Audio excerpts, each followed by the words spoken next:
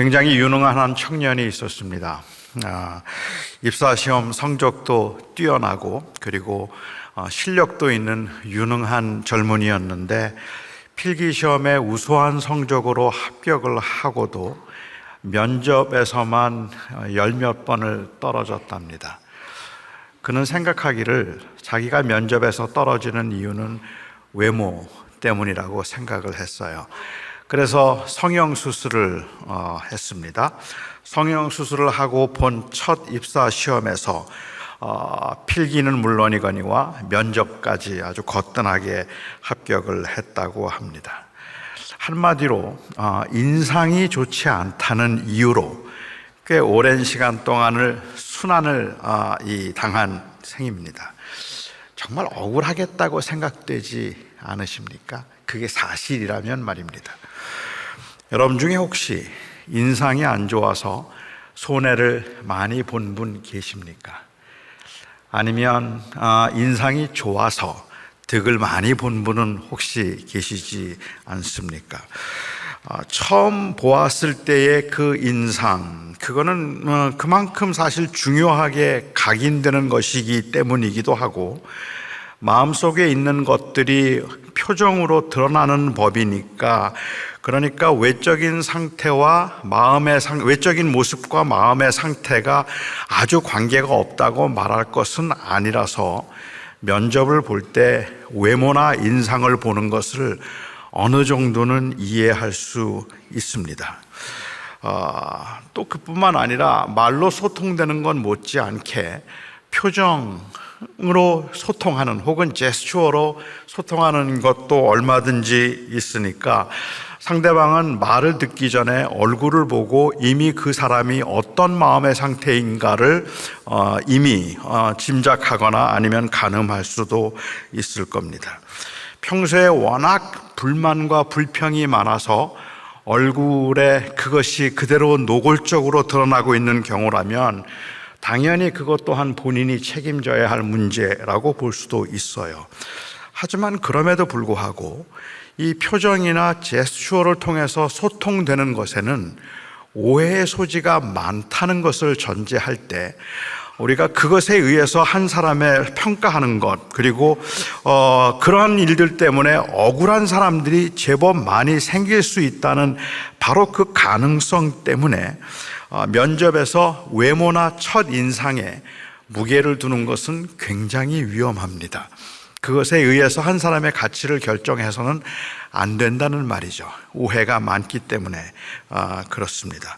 외모는 아니지만 한 번의 행동 아니면 한 번의 사건이 만들어낸 그 선입관 때문에 불이익을 당하게 되는 경우도 제법 많이 있습니다.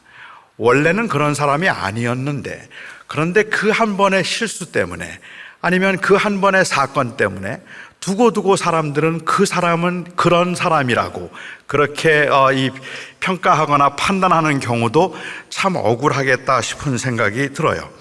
이것보다 더 억울한 경우는 말입니다.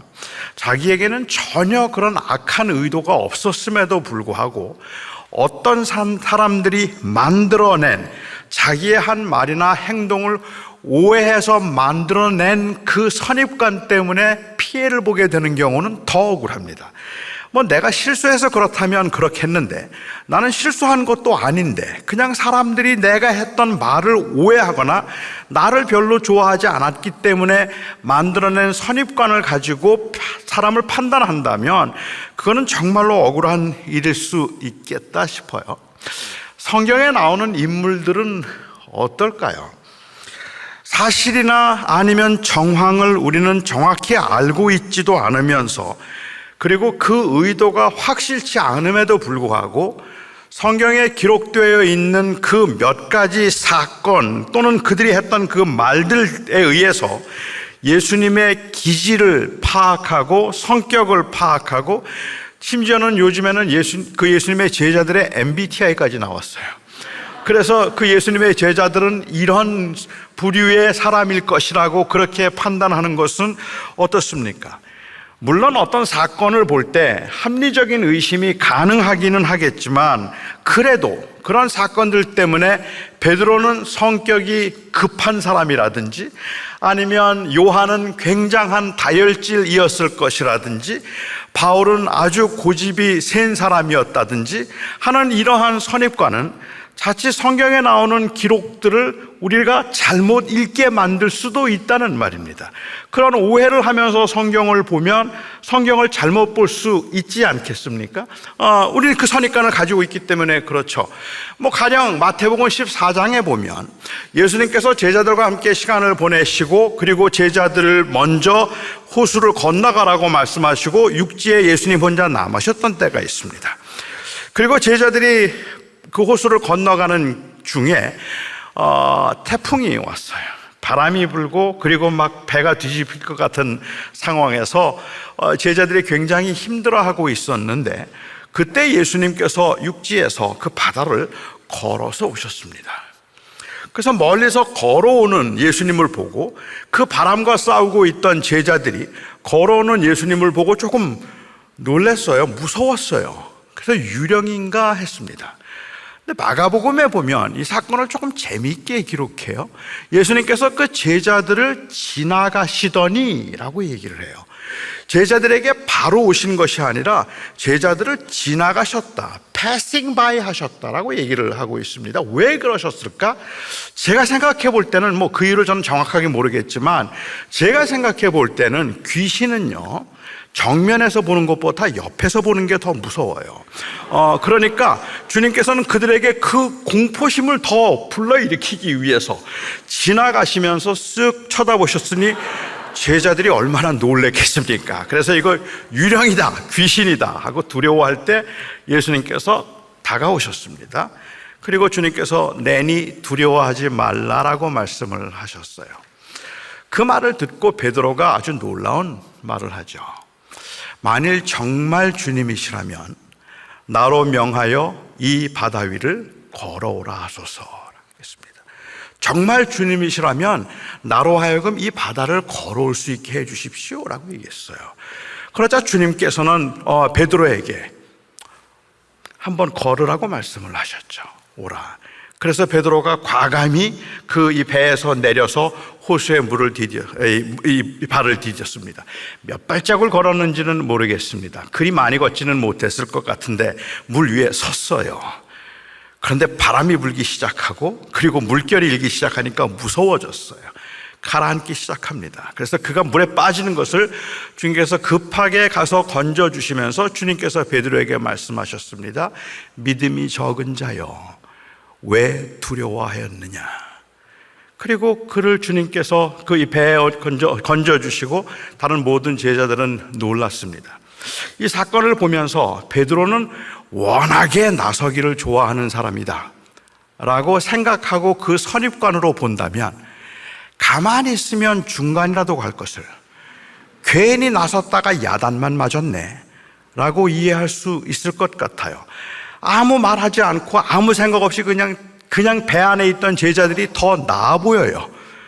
의심 안 하고 그냥 그 배 안에 있었던 게 더 나아 보이고 오히려 나섰다가 이 야단 맞은 베드로가 더 문제가 있어 보입니다. 하지만 제가 생각할 때 베드로가 했던 그 경험은 다른 누구도 경험할 수 없었던 그야말로 엄청난 경험이었다고 저는 확신합니다. 그래서 그가 믿음이 없는 사람이었다라고 말할 건 아닌 것 같아요.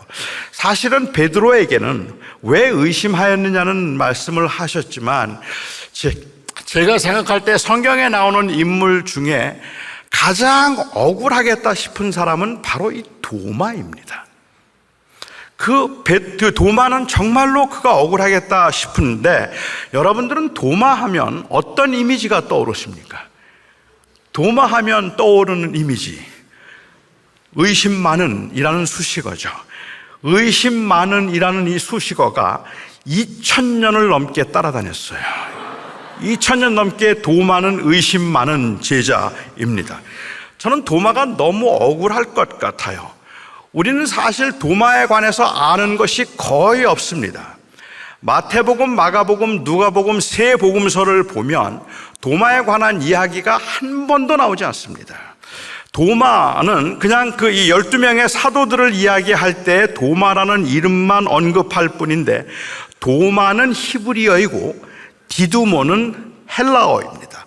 의미는 똑같습니다. 쌍둥이라는 뜻입니다. 그래서 이 도마 행전이라고 하는 위경을 보면 이 도마가 예수님의 쌍둥이라서, 그래서 예수님 그리고 도마, 즉 쌍둥이, 그렇게 불렀다고 말하기도 하고, 플러머라고 하는 학자의 말에 의하면 이 도마 다음에 마태가 항상 나오거나 마태 다음에 도마가 항상 나오기 때문에 마태와 도마는 쌍둥이였다고 그렇게 주장하기도 합니다. 하지만 그냥 이름의 뜻이 쌍둥이라는 뜻이고 실제로 쌍둥이가 아닐 수도 있어요. 무슨 말씀을 제가 드리는가 하면, 우리는 그만큼 도마를 모른단 말입니다. 우린 도마가 누군지 몰라요. 솔직히 마태복음, 마가복음, 누가복음에 보면 그나마 도마를 조금 알 수 있는 것은 요한복음만, 유일하게 요한복음만 도마에 관해서 3번 기록을 하고 있습니다.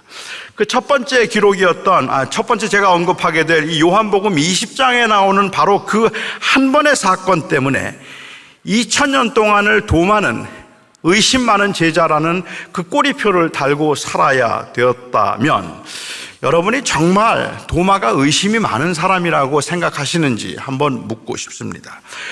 예수님께서 십자가에 못 박혀 죽으신 후에 제자들 중에 예수님께서 다시 살아날 것이라고 생각했던 사람은 한 명도 없었습니다. 물론 예수님께서 내가 죽은 후에 다시 살아나리라고 여러 번 말씀하셨지만 그 말을 정말 액면 그대로 믿어서 예수님이 죽었지만 다시 살아날 것이라고 생각하고 마음의 위로와 평안을 가지고 주님이 나타날 날을 기다렸던 사람은 아무도 없었다는 말입니다. 주님 돌아가시고 난 다음에 그들은 자기들도 죽을까 봐 두려워서 문을 겹겹이 잠가놓고 오히려 그들은 자신의 몸을 감추고 있는 그러한 상황이었습니다. 그런데 그곳에 부활하신 주님이 나타나셨습니다. 정말 애석하게도 그날 도마가 그 자리에 없었습니다. 만일 도마가 그 자리에만 있었더라면 의심 많은 제자라는 꼬리표를 평생 달고 다니지 않아도 되었을 텐데 그날 그 자리에 도마는 없었습니다. 하지만 제가 생각할 때는 누구라도 그 자리에 없었다면 도마와 비슷한 반응을 보이지 않았을까라는 생각을 하게 됩니다. 도마와 제자들의 다른 점은 도마는 부활을 믿지 않았고 제자들은 부활을 믿었다는 게 아닙니다. 도마와 제자들의 차이점이 있다면 부활하신 주님이 나타나셨을 때 도마는 그 자리에 없어서 부활하신 주님을 보지 못했고 다른 제자들은 부활하신 주님의 모습을 직접 목격했다는 것이 차이입니다. 그런데 그 차이는 생각보다 큽니다. 실제로 부활하신 주님의 모습을 볼 수만 있었다면, 그렇다면 그 모습은 그것은 그들의 삶에는 획기적인 변화를 일으킬 만한 엄청나게 중요한 사건이기 때문에 그렇다는 말이죠. 부활을 안 믿었다든지 아니면 다른 제자들은 다 주님의 부활을 기다리느라고 그 자리에 있었는데 도마만 그것을 믿을 수가 없어서 다른 데를 갔다든지 그렇다면 이해가 돼요. 하지만 그런 내용이 아니잖아요. 다들 헛개비 받겠지. 나는 직접 만져보지 않고는 난 못 믿겠어. 도마의 이 말은 나는 부활 같은 거 안 믿어, 이런 뜻이 아니라 나도 보고 싶다는 말입니다. 너희들이 정말로 주님을 봤단 말이야? 정말로 부활하신 주님을 직접 봤단 말이야? 나도 그 주님 좀 보고 싶다. 나도 그 주님이 그립다. 그래서 나는 직접 보기 전에는 나 안 믿을 거야 라고 말하고 있는 그의 마음은 주님을 보고 싶다는 아쉬움인지는 몰라도 나는 절대로 부활은 안 믿겠다는 그런 의도는 아니었다는 말이죠. 그리고 그에게 주님께서 일주일 후에 다시 나타나셨습니다. 그리고 그에게 말씀하시기를 너는 보지 않고 믿는 자가 오히려 복되도다. 의심했다고 책망한 기록이 한 번도 없어요. 예수님이 오히려 그에게 말씀하시기를 왜 의심했느냐라든지 너는 그것도 못 믿는 자든지 그런 말씀을 하시는 것이 아니라 오히려 그 본문의 그 내용에서 보면은 주님은 도마를 책망하시는 일이 없어요. 오히려 와서 한번 만져보라. 그러면서 주님께서 하셨던 말씀이 보고 믿는 자보다 보지 않고 믿는 자가 복되다 말씀하셨습니다. 이 말씀이 제가 생각할 때는 이 요한복음에서는 굉장히 중요한 말씀이겠다고 생각합니다. 제가 그렇게 생각하는 이유는 요한이 요한복음을 쓸 당시만 하더라도 예수님의 부활한 몸을 직접 목격한 사람은 이제 요한 한 사람이었을 수도 있습니다. 다른 제자들 다 세상을 떠났고 마지막 생존하고 있는 유일한 제자였던 그 요한. 그래서 교회는 말할 수 있겠죠. 당신은 주님 봤잖아. 그런데 우리는 주님 본 적 없거든. 그런 그 교회를 향해서 이 사건을 통해서 주님께서 하고 싶었던 말씀은 보지 못했지만 그렇지만 믿는 것이 복되다 하는 그 말씀을 해주시기 위한 의도였지, 요한은 문제가 많은 제자였다는 이야기를 하기 위한 건 아니었겠다 싶은 거죠. 요한이 소개하고 있는 도마에 관한 또 다른 한 사건은 요한복음 14장에 나오는 기록된 사건입니다. 그때도 주님께서는 말씀하시기를 너희는 아무것도 걱정하지 말라. 내가 너희를 위하여 처소를 예비하러 가노니 처소를 예비하면 내가 와서 너희를 나 있는 곳으로 데리고 가리라 라고 말씀을 하셨어요. 내가 가려고 하는 그곳을 너희가 알고 있다. 가는 그 길을 너희가 잘 알고 있다라고 말씀을 하셨습니다. 사건의 전말을 다 알고 있는 저희들은 이 말씀이 이해가 됩니다. 무슨 말씀인지. 주님께서 십자가에 죽으시려고 하는구나. 그리고 이제 하늘에 오르셨다가 다시 승천하셔서 우리들을 그곳으로 데려가시겠구나. 사건을 다 알고 있는 저희들은 그렇게 어렵지 않게 이 말씀을 들을 수 있을지 모르겠지만 당시 제자들은 아무것도 이해가 안 돼요. 내가 이제 곧 처소를 예비하러 간다? 제자들이 주님 3년 동안 따라다니면서 제일 힘들었던 게 뭘까요? 의식주 문제 아니겠습니까? 늘 잘 곳이 없었어요. 늘 먹을 것을 따로 집이 없어서 늘 그렇게 유리하듯이 살아야 됐던 그 제자들의 입장에서 3년 동안 사역을 하고 이제 좀 정착하면 좋겠는데 어디엔가 정착해서 사역을 해도 되겠다 싶은 그러한 때에 주님께서 내가 처소를 예비하겠다고 말씀하시면 그럼 당연히 큰 맨션을 하나 준비하시려는가 보다, 그래서 우리가 거기에 가게 되는가 보다라고 생각하지 않겠습니까? 그게 당연한 거잖아요. 그러니까는 그 도마도 그렇게 생각을 했던 거죠. 그리고 그 길을 안다고 말하니까 도마가 말합니다. 주님이 어디로 가시는지 모르는데 그런데 그 길을 어떻게 알겠습니까? 이 질문 때문에 도마의 의심 많음이 또 마치 확인된 것 같아요. 그냥 가만히 있지. 몰라도. 도마만 몰랐던 거 아니거든요. 빌립도 몰라서 아버지 좀 보여주세요라고 이야기를 했고, 그리고 가룟이 아닌 유다도 주님이 무슨 말씀하시는지 몰랐어요. 제자들 아무도 몰랐어요. 그런데 도마가 먼저 그 길을 모르는데, 우리가 어디로 가시는지 모르는데 그 길을 어떻게 합니까? 라고 물었단 말입니다. 그 바람에 오히려 제자들, 우리는 생각할 때 도마가 너무 의심이 많아, 너무 많이 따져, 뭔가 자꾸만 그냥 믿으면 될 걸 무조건 믿지 않고 그렇게 자꾸 따져라고 그에 대한 그 이미지에, 잘못된 이미지에 부채질을 하게 되는 것인지도 모르겠다는 생각이 들어요. 이 사건이 그냥 가만히 있으면 중간이라도 갈 텐데 괜히 쓸데없이 질문했다, 망신당한다, 뭐 그런 교훈이라면 오케이, 그럴 수 있겠다는 생각이 들기도 합니다.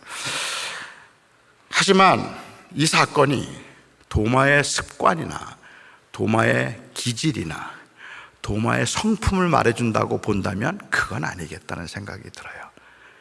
맞습니다. 전 지금 도마를 변호하고 있는 겁니다. 도마가 의심하는 사람이라는 의미 아니라고 말씀을 드리고 싶은 겁니다. 우리는 도마를 너무 잘 모르면서 아는 것처럼 말하고 있는 건 아닐까라는 생각을 드리는 겁니다.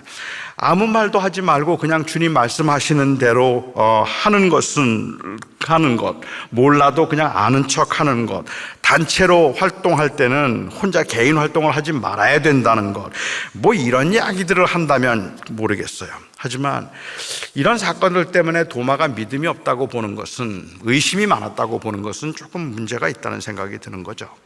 오늘 본문 사건은 어떨까요? 세 번째, 마지막 기록되어 있는 유일한 사건입니다. 나사로가 병들었다는 소식을 주님이 들으셨습니다. 그리고 주님께서 말씀하시기를 그 병은 죽을 병이 아니라 라고 말씀하셨어요.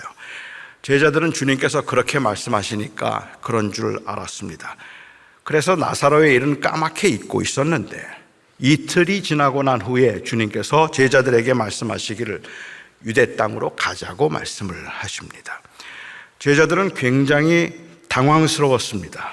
왜냐하면 예수님과 제자들이 유대 땅을 떠날 당시에 예수님이 하도 아슬아슬한 말씀을 많이 하셔서 유대 지도자들이 예수님을 돌로 쳐서 죽이려고 했어요. 예수님을 돌로 쳐서 죽이려고 했기 때문에 도망 나왔거든요.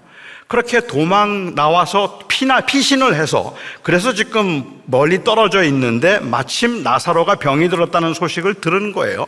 그리고 주님께서 그거 죽을 병 아니야, 그냥 죽을 병 아니다 라고 그렇게 말씀을 하셨기 때문에 제자들은 주님이 지금 이 상황에서는 거기에 들어갈 수가 없으니까 안 들어가려고 하시는구나 라고 이해하지 않았겠습니까? 그런데 이틀이 지나고 난 다음에 가자 그러시는 거예요. 제자들이 당황스러웠겠죠. 주님 아직 위험합니다. 거기 가면 안 됩니다 라고 생각하고 있었던 겁니다. 그래서 제자들이 주님께 말하잖아요. 얼마 전에도 유대인들이 선생님을 돌로 쳐서 죽이려고 하지 않았습니까? 그런데 거기를 왜 또 들어가려고 하십니까? 그때 주님께서 말씀하시기를 나사로가 잠이 들었기 때문에 내가 가야 되겠다라고 말씀을 하셨습니다. 요한복음을 보면 자주 볼 수 있는 특징인데요. 주님과 대화하는 건 답답합니다. 주님은 요한복음에서는 한 번도 그냥 바로 말씀하시는 법이 없어요. 내가 주는 물을 마시는 자는 영원히 목마르지 아니하리라. 그래요, 그 물 저 좀 주세요. 사마리아 여인이 말하죠. 내가 말하는 물은 내가 말하는 물이 아니니라. 처음부터 그렇게 말씀하셨더라면 그런 질문도 하지 않고 그냥 편하게 대화가 진행될 텐데 꼭 주님께서는 심오하게 말씀을 시작하셔서 제자들과 대화를 나누다 보면 제자와 주님의 대화가 동문서답인 경우들이 요한복음엔 아주 자주 나오는데, 그런데 여기에서도 마찬가지인 겁니다. 베드로가 잠들었다 그러니까 이제 나사로가 잠들었다고 하니까 당시에 제자들의 입장에서는 주님이 그 병이 죽을 병이 아니라고 했던 건 알고 나사로가 아프다는 것도 알고 있었는데 그가 잠들었다고 하니까 제자들이 말하잖아요. 너무 당연한 반응 아닙니까? 잠들었으면 곧 낫겠나이다. 주님 말씀하신 대로 이제 곧 낫겠죠 라고 이야기를 했습니다. 그러자 비로소 주님께서 말씀하십니다. 내 말은 죽었어. 처음부터 그렇게 죽었다고 그렇게 말씀하셨더라면 대화가 훨씬 편하게 쉽게 지나갔을 텐데, 근데 죽었어 라고 말씀하십니다. 제자들 놀랐을 겁니다. 당황했을 겁니다. 제자들은 주님이 나사로를 얼마나 사랑하는지 알았어요.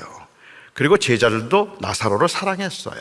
명절 때 예루살렘에 가면 베다니에 있는 나사로의 집, 마르다와 마리아의 집을 이들은 자주 방문했고 그들과 좋은 교제를 나누고 있었기 때문에 그들을 굉장히 사랑했는데, 사랑하는 사람이 죽었다고 하니까 그러니까 제자들도 당황하고 주님의 마음을 헤아리면 마음이 아팠겠죠. 하지만 이럴 땐 좀 더 냉정하게 생각해야 합니다. 만일 나사로가 죽었다면 더욱 들어갈 일이 없습니다. 나사로가 지금 죽었는데 그런데 왜 들어갑니까? 그 위험한 곳을. 오히려 지금은 냉정하게 생각하고 들어가지 않는 게 나을 겁니다. 지금 들어가시는 거 아닙니다. 마르다와 마리아도 충분히 이해할 겁니다. 지금은 너무 위험한 상황이기 때문에 오히려 가시면 안 됩니다. 아픈데 살리러 간다고 말씀하시면 그러면 그거는 위험하지만 한번 해보겠지만, 이미 죽었다면 그러면 갈 일이 없잖아요. 우리가 영화를 보더라도 그런 경우들 많지 않습니까? 좀 답답하기도 하고 안타까운 장면들, 아마 우리 청년들이 보기에는 좀 이해가 안 되는 그러한 장면들 중에 하나가 그런 걸 텐데, 뒤에서 적군이 쫓아오고 그리고 도망을 가다가 사랑하는 사람이 총에 맞아서 쓰러져서 죽어가는 거예요. 그렇게 죽어가는 사람을 붙들고는 너무 당황해서 그를 붙들고 막 울고 있는 겁니다. 옆에 있는 모든 사람들이 빨리 가지. 그런데도 계속 그 총 맞고 지금 움직이지도 못하고 마지막 숨을 거두고 있는 사람을 붙들고, 그리고 마침내 숨을 거두고 난 다음에 뒤에서는 쫓아오는데 그 사람을 붙들고 막 울고 있는 거예요, 계속해서. 그런 모습을 보면 답답하지 않습니까? 아니, 뭐 살았다면 안고라도 가겠지만 죽었는데 아프지만, 마음이 아프지만 이제는 빨리 가는 게 좋잖아요. 더 답답할 때가 언제죠? 더 이해가 안 될 때가, 아무 힘도 없으면서 느닷없이 내가 저것들을 가만 안 두겠어 그러고 적진으로 뛰어드는 모습을 보면, 아니 도대체 왜 저래야 되지? 지금 그럴수록 냉정하게 생각하고 빨리 그 자리를 피하는 게 맞는 거지, 거기에서 지금 내가 거기에 뛰어들겠다고 말하는 거는 맞는 게 아닌 것처럼 보여진단 말입니다. 예수님이 지금 그렇게 말씀하시는 거잖아요. 나사로가 죽었다는 이야기를 듣더니 주님께서 우리 가자고 말씀을 하시는 겁니다. 제자들의 입장에서는 이해가 안 되는 부분이죠. 주님 지금 가시면 안 됩니다. 지금은 주님의 심정 충분히 이해하겠습니다. 저희도 마음이 아픕니다. 하지만 나사로는 이미 죽었습니다. 나사로님이 지금 주님께서 가셔도 그가 죽은 지가 이미 나흘이 되었으니까, 유대인들의 그들이 가지고 있던 생각대로 한다면 나흘이면 그 영혼도 떠납니다. 그러니까 주님께서 하루 길을 걸어오시고 그가 아프다는 이야기를 듣고 이틀을 기다리셨다가 다시 가신다면 나흘째가 되면 장사 다 지냈고 장례 다 끝났고 이미 무덤에 들어갔고 영혼은 떠나버렸고 더 이상 아무것도 할 게 없습니다. 그런데 그 위험한 곳을 왜 들어가려고 하십니까? 이게 모든 제자들이 하고 싶었던 이야기일 겁니다. 그런데 주님께서 사실 내가 기다렸던 것은 너희들로 하여금 믿게 하기 위함이다. 주님은 그가 죽기를 기다리셨다고 말씀하셨어요. 나사로의 죽은 나사로를 살리신 사건은 예수님의 부활을 예고하는 사건입니다. 예수님의 죽으심과 부활을 예고하는 사건이기 때문에 요한복음에서는 굉장히 중요한 사건이죠. 사실은 내가 그가 죽기를 기다렸다. 죽은 그를 살려야 너희들에게는 진정한 위로와 소망이 되기 때문에 그런 거야. 나도 곧 죽을 것이지만 나도 다시 사흘 만에 다시 살아날 것임을 너희로 하여금 믿도록 하기 위해서 내가 준비한 사건이었어. 그런 뜻이었다고 볼 수 있을 것 같아요. 주님이 무슨 말씀을 하시는지 사실은 제자들은 잘 몰랐을 겁니다. 제가 여러분들에게 설명드리는 이만큼 그들이 이해하기는 어려웠을 것 같아요. 한 번도 경험한 적이 없으니까. 그런데 이거 원래 너희들을 위해서 계획한 일이었어 라고 말을 했을 때 도마가 보인 반응이 정말로 뜻밖이었습니다. 도마가 말합니다. 우리가 주와 함께 죽으러 가자. 여러분은 이 말에서 어떤 느낌이 드십니까? 우리가 주와 함께 죽으러 가자. 위험하겠다고 그렇게 말하고 있는데도 주님께서 자꾸 가자 그러시니까, 그러니까 도마가 일어나서 그래 야, 다 가자, 다 죽자. 주님 그거 원하시는 거죠? 그래요, 갑시다. 우리 다 가서 죽자. 야, 다 가. 그렇게 들리십니까? 여기에 사실 주와 함께 죽으러 가자고 되어 있는 이 한글로 번역된 이 성경이 원어에는 인칭대명사입니다. 그러니까 우리가 그와 함께 죽으러 가자예요, 원래대로 하면. 그런데 한글 성경은 조금 의역을 해서 주와 함께라고 번역을 했습니다. 그런데 그와 함께라고 번역을 하면 도마가 의심이 많은 사람이었다고 생각하는 그 선입관에서 이 말씀을 보는 일부 신학자들은 여기에 그를 나사로라고 봅니다. 그러니까 나사로처럼 우리도 죽으러 가자, 그런 의미라고 보는 거예요. 이렇게 보면, 이렇게 해석을 하면 이거는 비아냥거림입니다. 주님과 함께 죽자는 말은 비아냥거림이고 조롱입니다. 그래, 가실 거 우리도 같이 그냥 죽자, 뭐 그거 원하신다면 그거 하지 뭐, 그 말로 들리는 거예요. 하지만 저는 한글 성경 번역이 옳다고 생각해요.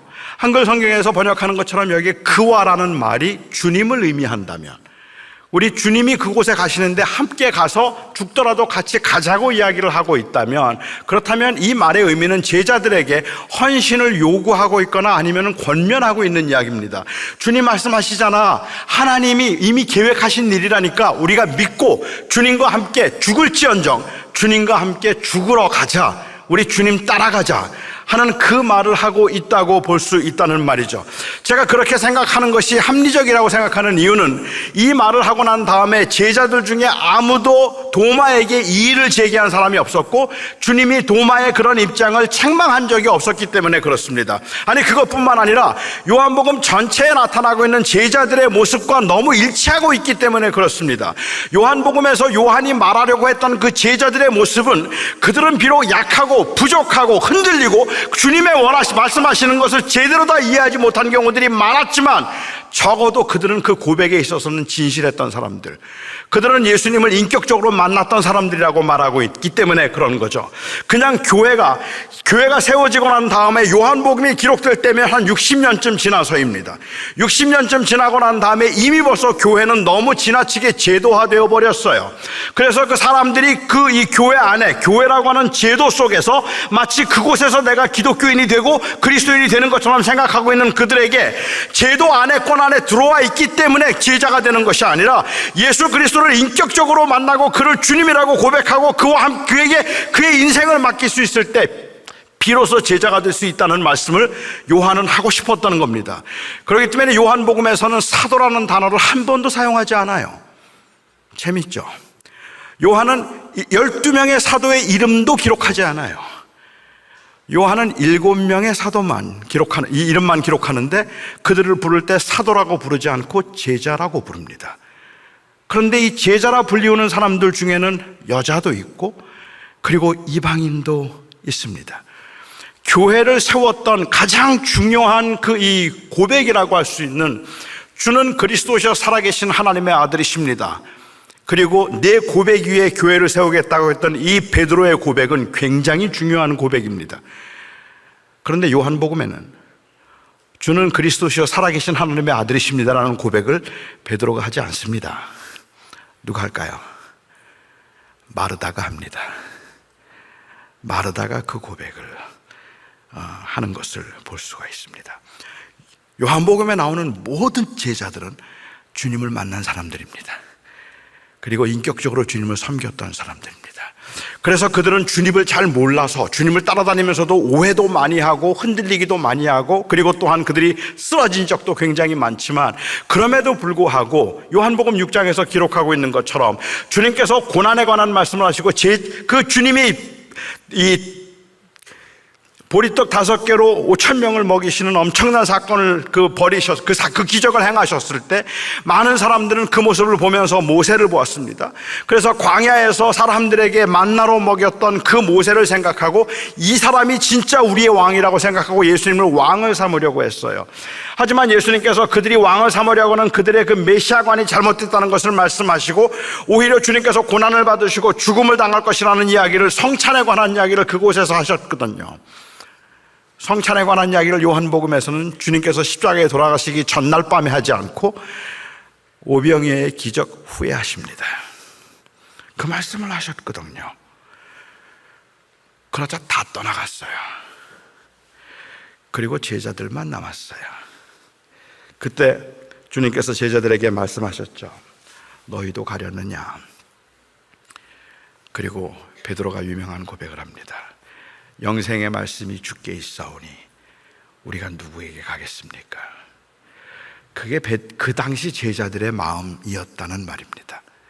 그러니까 요한복음 전체에서 보여지는 제자들의 모습은 여전히 약했지만, 여전히 흔들렸지만, 여전히 부족했지만, 여전히 오해를 많이 했지만 그럼에도 불구하고 고백은 진실했던 사람들, 그들은 진실한 고백을 가지고 있던 사람들이었단 말이죠.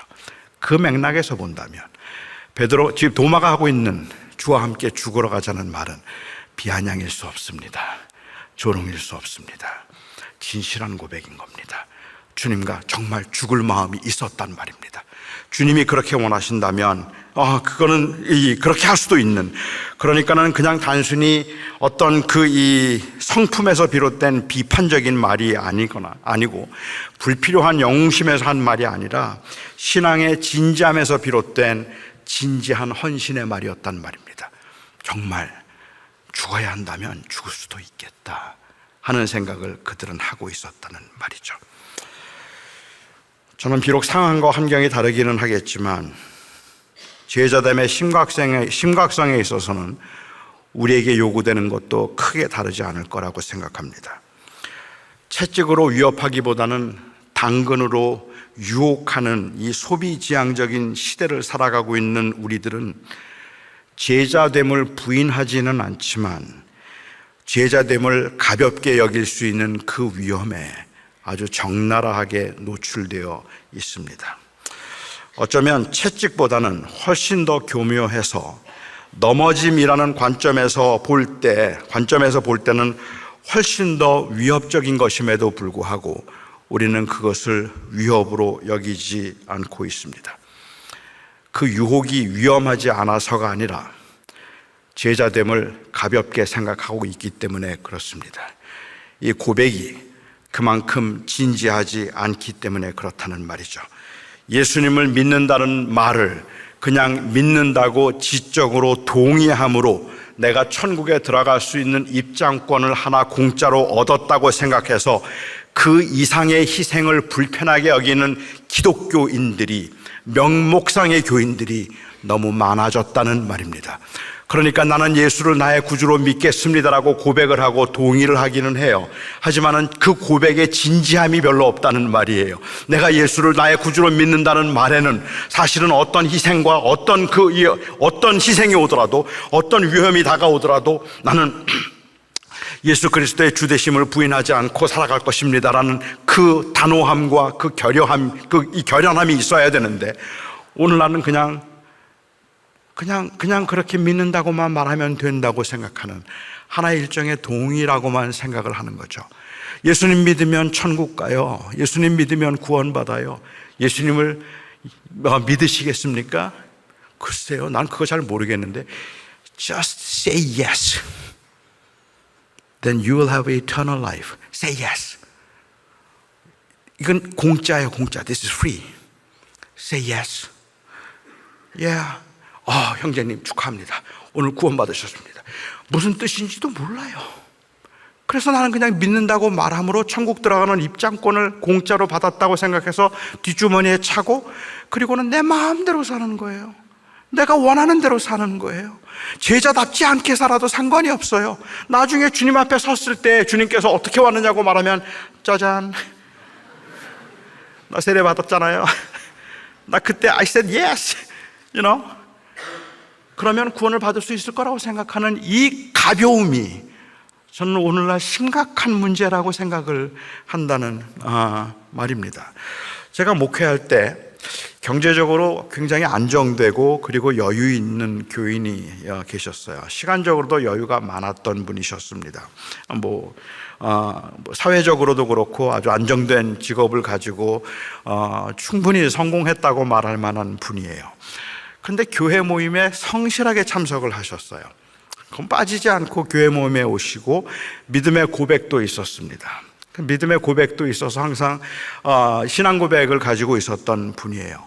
제가 한 번은 그분께 선교 같이 하자고 부탁을 드린 적이 있어요.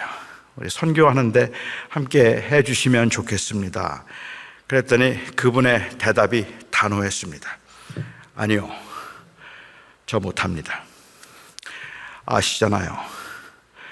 저 나이롱 신자입니다. 그래요. 그분은 자신의 그 헌신할 수 없을 만큼 세상의 것들에 대한 유혹이 커서 오는 그것들에 대한 안타까움과 그리고 내 믿음이 없다는 사실로 인한 이 안타까움 또는 아쉬움이 있어서 이 말을 한 것이 아니라, 난 나이롱 신자예요. 이 말은 나는 그냥 믿고 천국에 가는 것으로 만족하기로 했으니까 더 이상 나보고 뭐 하라 그러지 말라는 뜻이었어요. 이제 이거면 됐으니까 나보고 뭐 이거 해라 저거 해라 선교하라 말하지 말라는 뜻이에요. 그러면 나 교회 떠나겠다는 거예요.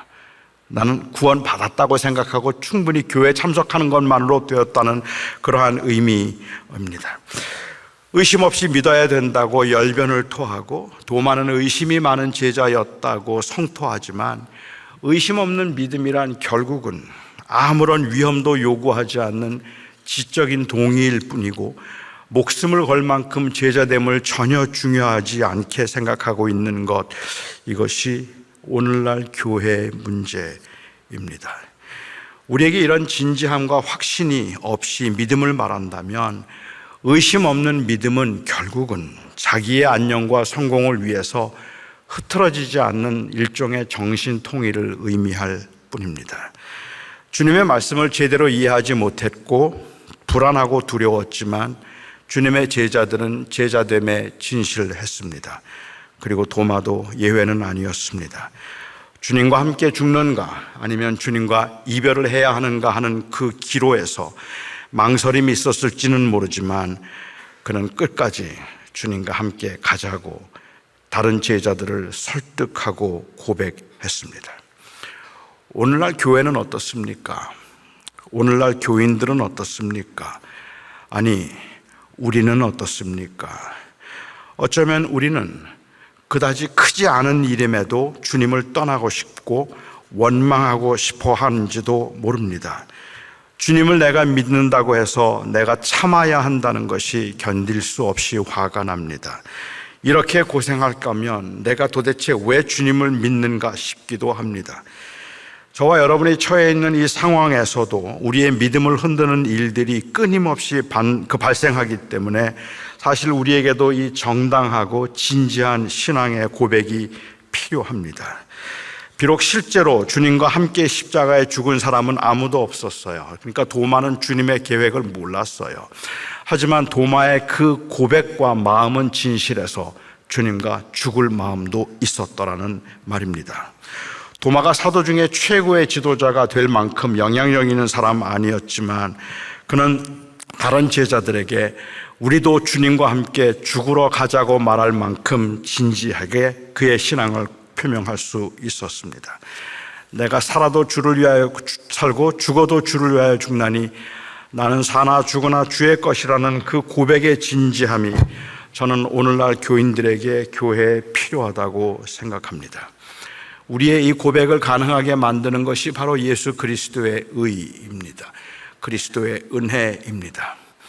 하지만 헌신에 의해서 제자가 되는 게 아니라는 말, 결국은 주님의 은혜 때문에 우리가 제자 되었다는 말은, 이 말은 그래서 헌신을 하지 않아도 된다는 뜻은 아닙니다. 저는 제가 목회를 하면서 우리는 전인적인 그리스도인이 되어야 된다는 말을 수없이 많이 했습니다. 아마도 가장 많이 강조했던 말이 삶 전체를 통해서 우리는 그리스도인이 되어야 한다는 이야기를 했습니다. 왜냐하면 저는 그동안에 교회에 다니면서 교회에 열심히 봉사하고 섬기는 것만이 주님을 섬기는 것이고 교회 생활이 곧 신앙생활이라는 그 이원화 현상에 대한 거부감이 저에게 있었기 때문에 그렇습니다. 많은 사람들이 제가 교회 열심히 다니던 그 청년 때만 하더라도 교회 안에는 이 이원화 현상이 아주 적나라하게 드러나는 그러한 시대였기 때문에 교인들은 열심히 교회 생활만 잘하면 그게 곧 믿음 생활을 잘하는 거라고 생각하고 있었거든요. 한 청년이 저를 찾아와서 그러더라고요. 자기는 교회 장로님의 위선이 못 견디겠다는 거예요. 그래서 제가 아니 왜? 그랬더니 그 장로님이 자기 다니는 회사 사장님이시래요. 그런데 장로님이 교회에서 너무 겸손하대요. 너무 온유한데 직장에서는 너무 무례하고 그리고 너무 교만하대요.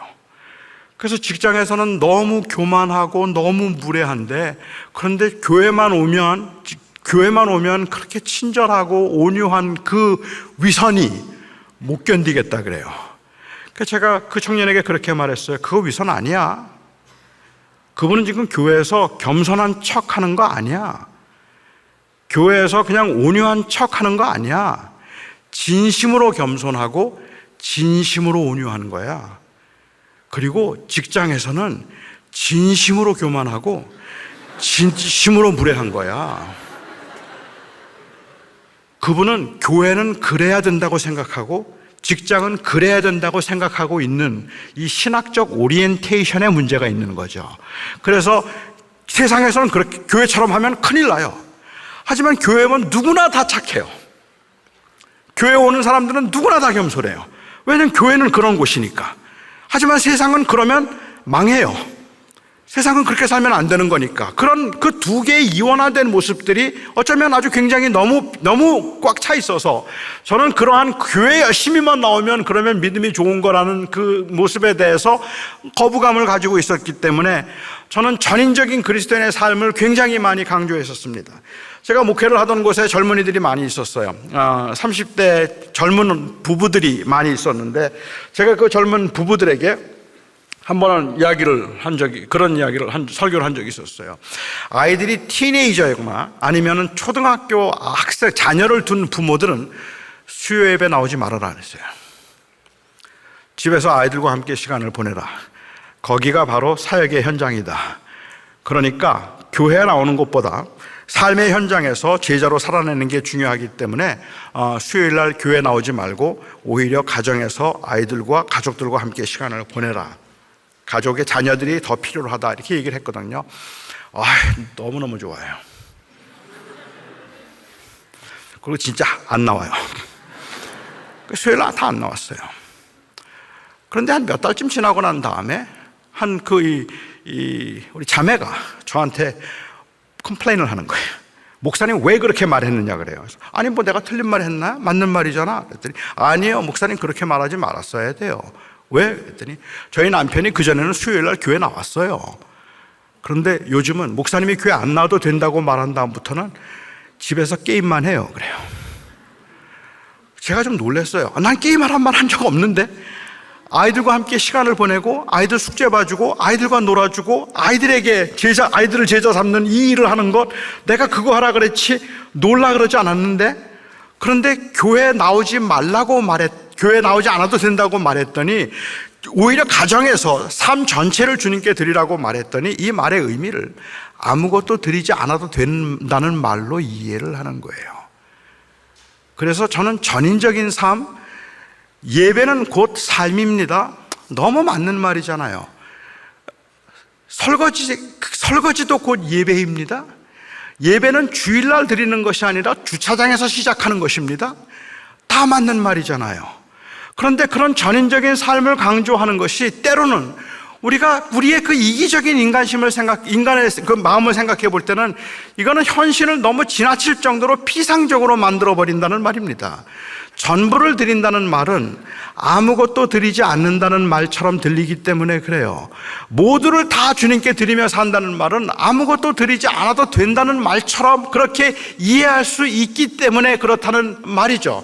그러니까 우리가 교회에 꼭 나오지 않고 그냥 밖에서 예배를 한다든지 굳이 교회 나오지 않고도 믿음 생활을 잘할 수 있지 않겠습니까? 라고 말하면 신학적으로 삶 전체가 곧 예배이고 성전은 교회가 아니라 예수님이 계시는 곳이라는 말이 너무 맞는 말임에도 불구하고 그런데도 불구하고 그것은 우리의 헌신을 최소화시키려고 하는 이 소비지향적인 사회에서 지극히 개인적인 그러한 그 현상에서부터 발생되는 가난화를 오히려 조장하는 것처럼 보여서 아쉽다는 생각이 든다는 말입니다.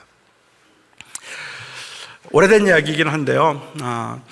LA에 사는 한 청년이 샌프란시스코에 사는 자매를 좋아했어요.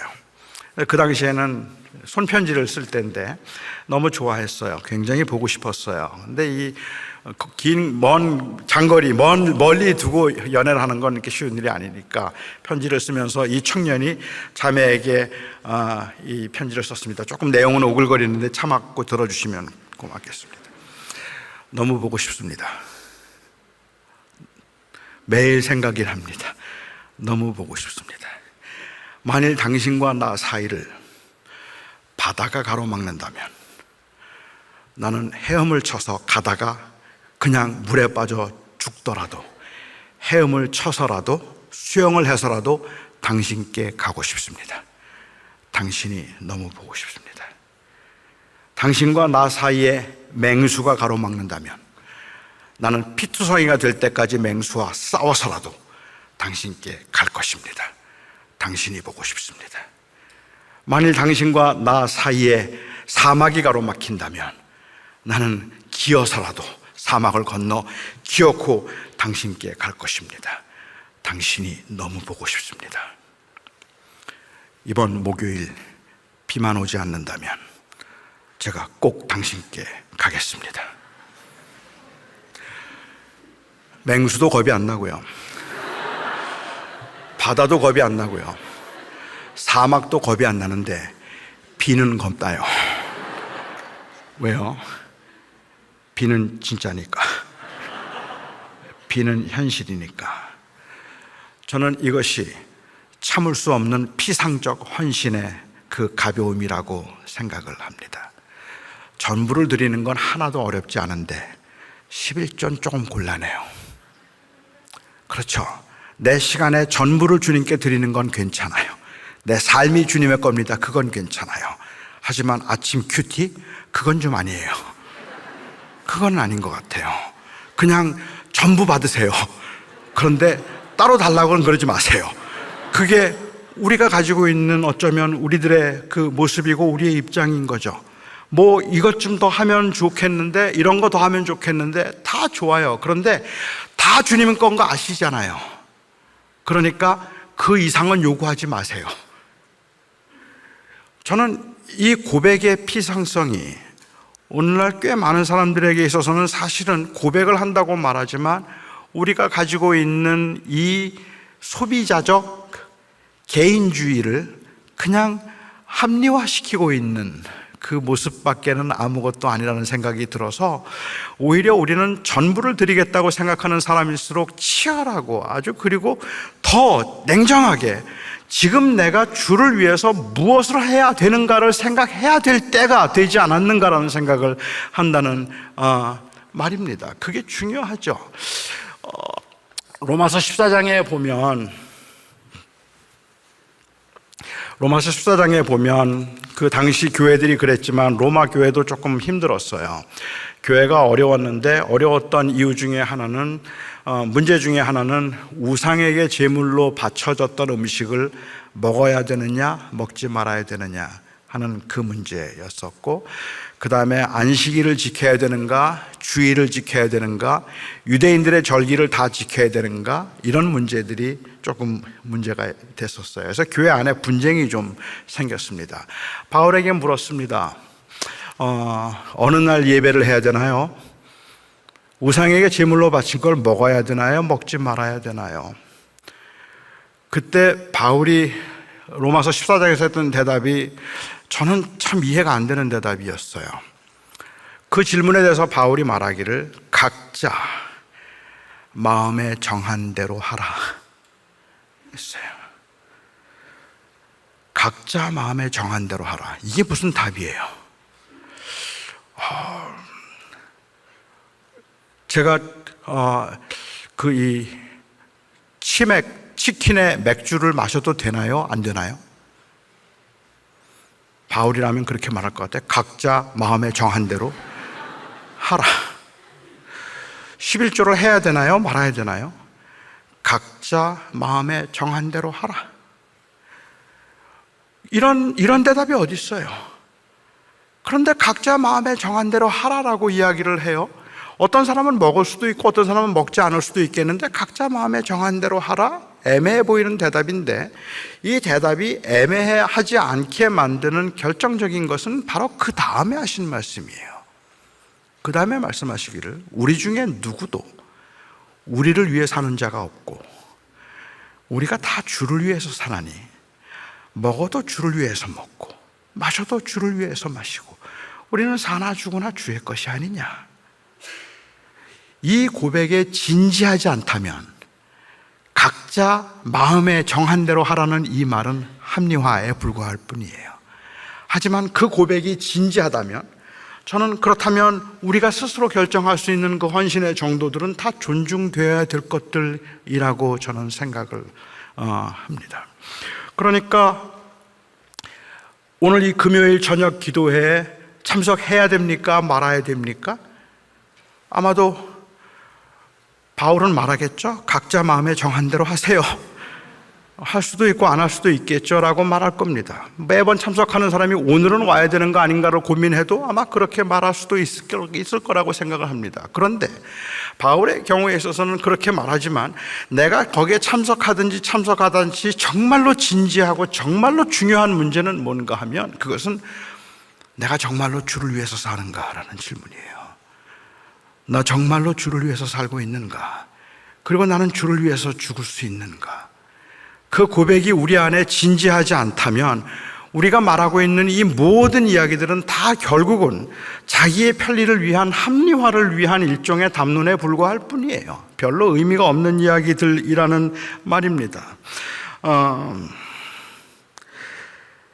어떤 분이 저에게 그런 질문을 하세요. 교회는 왜 이렇게 문제가 많습니까? 교회에 왜 그렇게 분쟁이 많습니까? 여러 가지 이유가 있을 겁니다. 여러 가지 이유가 있겠지만 그렇지만 제가 생각하는 원칙적인 가장 중요한 문제 중에 하나가 있다면 저는 그 고백이 진실하지 않아서라고 얘기하고 싶어요.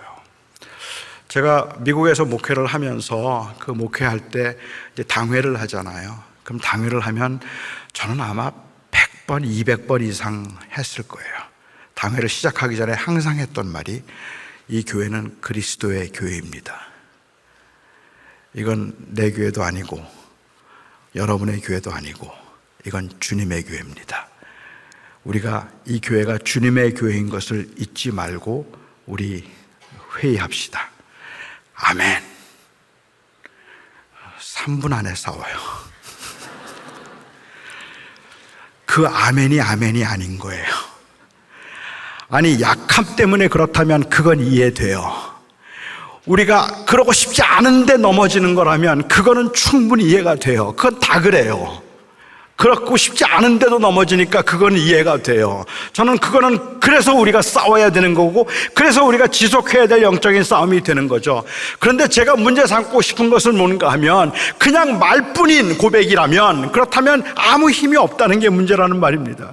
이게 정말로 주님의 교회입니다라고 말했다면 우리는 그 고백 때문에 바울이 가지고 있는 그 고백에 진지하면 이건 주님의 몸이기 때문에 이거는 그리스도의 몸이고 교회란 만물 안에서 만물을 충만하게 하시는 이의 충만함이기 때문에 이 교회 안에는 여자와 남자가 없고 종과 자유인이 없고 유대인과 이방인이 없습니다. 우리는 모두가 다 그리스도 안에서 하나입니다. 이 말이 어떻게 가능해요? 그 사회에서 그런데 그게 가능할 수 있다고 말할 수 있는 것은 바로 그리스도가 머리라는 이 고백이 진지하면 될 수 있다는 말입니다. 내 인생의 삶의 주인이 예수 그리스도라는 고백이 진지하다면 그렇다면 우리가 주님과 함께 죽으러 가자고 말해도 그 말이 무게가 있는 말이 될 수 있다는 말입니다. 진지할 수 있다는 말입니다. 저는 여기에 많은 청년들이 계셔서 청년들에게 아주 간곡하게 호소하고 싶습니다. 우리가 살고 있는 이 시대에 지극히 개인적이고 소비지향적이고 자기중심적이고 편리주의적인 시대를 살아가고 있는 이 시대에 헌신이라는 단어가 무색하고 그 단어가 별로 의미가 없어져가는 이 때에 사도 바울이 이 도마가 했던 이 고백을 우리 한번 진지하게 다시 한번 생각해 보자는 말입니다. 주와 함께 죽으러 가자. 우리 제자들 아니니? 그러면 주님이 무엇을 원하시는지 한번 깊이 생각해 보고 주님의 길을 가보자. 우리 그렇게 할 수 있지 않겠습니까? 오늘 이 밤에 우리와 기도할 때도 여러분들이 처하는 그 상황에서 여러분들이 가지고 있는 문제들 제법 많을 텐데 저는 오늘 여러분들에게 그러니까 이렇게 하라든지 그러니까는 더 기도를 많이 하라든지 단순히 그런 말씀을 드리고 싶지는 않아요. 하지만 여러분들의 자리에서 오늘 이 밤에 여러분들의 기도를 통해서 나의 이 진지한 고백이 내 삶 안에 그 안전지대에서 움직이지 않으려고 하는 나를 끌어낼 수 있게 해 주시옵소서. 그냥 그 편안한 자리에 앉아서 어떻게 하면 최소의 희생으로 최고의 유익을 얻으며 인정을 받을 수 있을까를 생각하는 그 자리에서 나를 끌어내어서 나로 하여금 내가 주를 위해서 무엇을 하며 살아야 하겠나이까라는 그 고민 앞에 진지할 수 있게 해 주시옵소서라고 기도할 수 있기를 바랍니다. 우리는 제자들입니다. 그래서 우리는 이제 제자로 살아야 할 것입니다. 진실함에서부터 비롯된, 진지한 고백에서부터 비롯된 참된 헌신, 그리고 여러분의 삶에서 보여지는 그 헌신의 모습들이 꼭 있기를 바랍니다. 지금 이 시대는 바로 그렇게 헌신된 그리스도의 제자를 필요로 하는 시대입니다.